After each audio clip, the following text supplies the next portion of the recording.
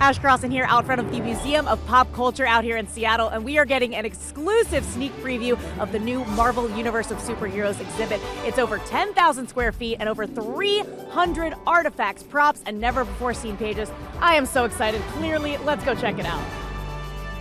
The rarest beast is an issue of Marvel Comics #1. So the first Marvel comic book was just called Marvel Comics. And honestly, even a month ago, we didn't think it was going to happen. Wow. But at the last minute, it all came together, so that was cool. Would you be willing to just give us a tour of the entire exhibit right now? Let's take a look. All right, we're going to give you guys an early preview. Let's do it.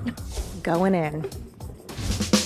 Here it is, Marvel Comics issue #1, featuring the Human Torch, who is a different Human Torch than the one we get to know later in the Fantastic Four. Right. This Human Torch was actually an android who could kind of get super hot, shoot flame, and melt through things. The Fantastic Four is another big landmark in Marvel's history. In the late 50s, early 60s, the comics industry was in decline. Mm-hmm. Paper costs were going up. Television was really competing for people's attention to what kind of pop culture they would be absorbing. And the story is that Stan Lee was a little burned out and thinking he would get out of the business. And again, the story goes that his wife said to him, well, look, if you're done with this, why don't you just write the comic you've always wanted to write? Just whatever you feel like. Don't be constrained. And he and Jack Kirby created the Fantastic Four. A huge hit, and really revitalized the comics industry and Marvel. Come in and take pics with them, Yeah. like this. We talk about the Black Panther sort of through time, how he started out. The original idea was to call him the Coal Tiger, and this is his first sort of costume design. This got scrapped, but later the Coal Tiger actually came back in the comics as a separate person from the Black Panther, who the Black Panther had to deal with. But and he first appeared in Fantastic Four. And what I love about modern film costumes is because of high definition and things like that, they have to be super detailed down to every little bead, every little thread. And in the movies, it just tends to fly by. Right, right. And this is an opportunity to sit, if you're interested, and study the work. Sherry is definitely a favorite. This is a page of original artwork from the short story, which was in Amazing Fantasy 15, which was Spider-Man's origin story. There is no original art remaining for any other Marvel major superhero. So Iron Man's origin story, original art, gone. All these folks, only Spider-Man's origin story remains in original art. Spidey's costume from Spider-Man Homecoming, and to me, this is super emblematic of what Spider-Man is about. The homemade costume with the hoodie and the drawn spider and the goggles and stuff. The God of Thunder! The God of Thunder! Wow. 10 years of Iron Man. And again, it's that opportunity to look at up close the detail and see how the artists have weathered it, and they imply welding and We've got Cap. Yeah, who I think even more than Iron Man, the Captain America stories started to draw a wider audience into the Marvel films.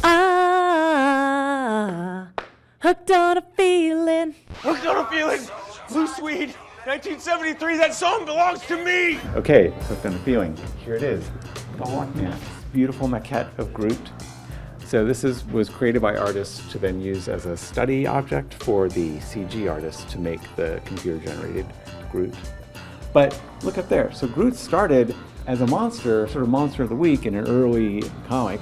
He was this tree monster, Groot. The X-Men were another area where Marvel was kind of digging into issues, and they used the X-Men as this metaphor for difference, and could tell stories about persecution or about discrimination. This is the original art from the cover of Wolverine #1, and then also #2. It's just so cool to see it all pasted kind of together. Okay, I know where we're going. I can already tell. Oh, it's about to get mystical. Wow, this is really cool. My man's right here. Unfortunately, Benedict isn't, but the costume is. Look at that cloak, not a cape. With the Eye of Agamotto sitting on top. Open your eye.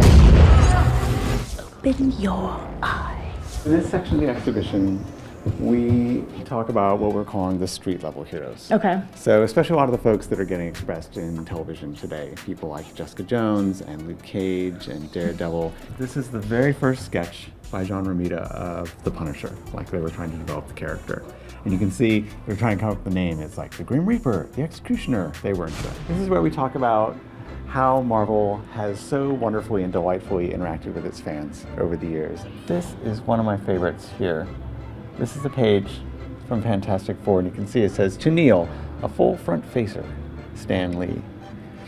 So there are 6 levels of fandom, official fandom in Marvel, and full front facer is the top level, which can only be bestowed by Stan Lee himself on a fan individually. So we borrowed this. You're being knighted Yeah. in the a lot Marvel of ways. universe. Okay, so we've spent the day learning about all these characters, learning more about them than we already knew, and now I have to pick a favorite. Come on. This is very hard, but I gotta go for my BB.